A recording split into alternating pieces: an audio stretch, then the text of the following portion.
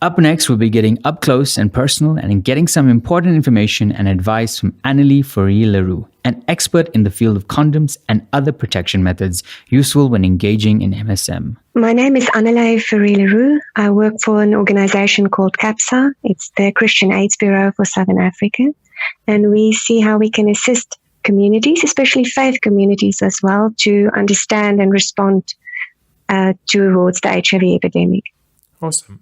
Okay, so the first question I have is, when it comes to MSM individuals, are there any differences with regards to the condoms and other things that they should use versus potentially straight people? As far as I know, there's not much of a difference.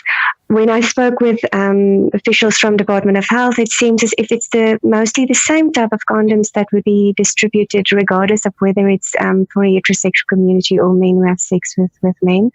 Of course, there are more options available if you go to a sex shop or to a pharmacy or so. So people are encouraged to follow their preference. But in terms of what condoms would be a good ones to use, for us, the criteria would always be one that has the SABS approved standards stamp on it.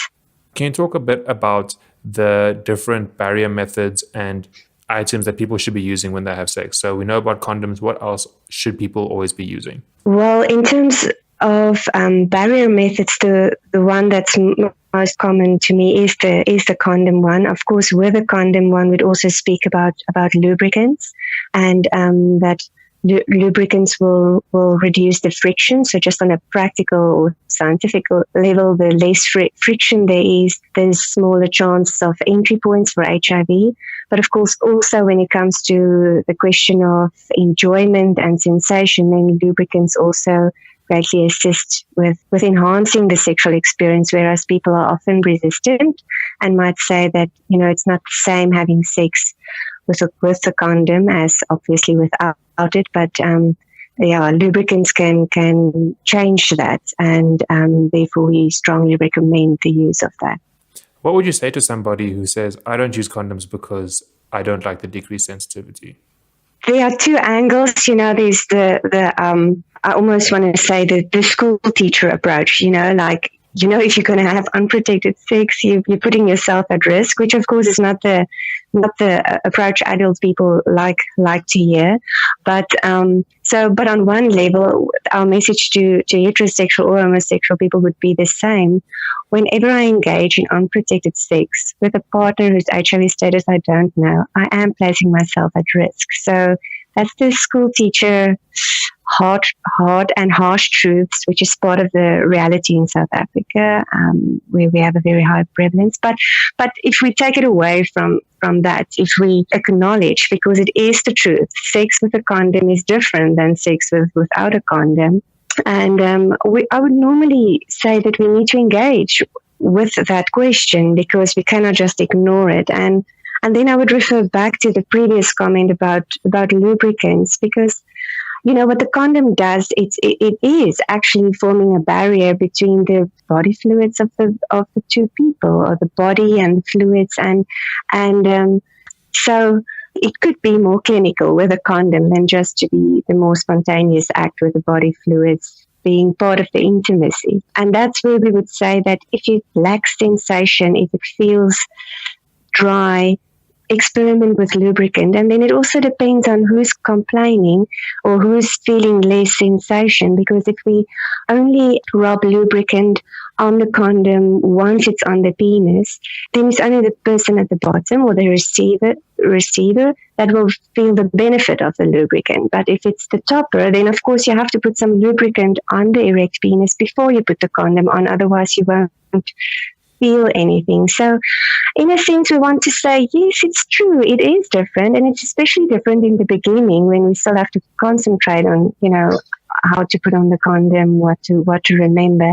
But to play with and experiment with different lubricants, definitely, and also with different types of condoms. Those that's a bit ripped in also gives a different sensation, and different lubricants can also give a different sensation. So the school teacher wants to say, please put on the condom, but the human being with understanding of sex and intimacy herself would say, play with it, experiment with it. And because we understand that it's in our best interest, then find a way that will make it playful again, that will bring some of the sensation and intimacy back. One thing that I've seen many people say is that they don't trust free condoms. And they always end up buying super expensive condoms at pharmacies. Do you have any insight onto the safety of the free condoms that are distributed? Well, because the free condoms have been exposed to the higher standards, from the South African Bureau of Standards, we trust it. We as an organization, we distribute it through our programs. And whenever we do the condom demonstrations, we won't say you have to use the government provided ones, but we will say the first thing to look at before you use a condom is to see whether the SABS mark is on it. And when it's there, then it has been exposed to the necessary test to determine its safety. So, I can only speak then for ourselves and our organization that we trust that stamp. It's been many years ago, but there was an incident where the government did recall all the condoms because they realized there was a problem. And even though it was, worrying that there was a problem about 10 years ago, it was also comforting knowing that they followed up and that they didn't just leave the condoms out in the community. So, I've just been online again, and you can buy condoms. If you want to really go Rolls Royce, you can pay over 500 Rand for a packet.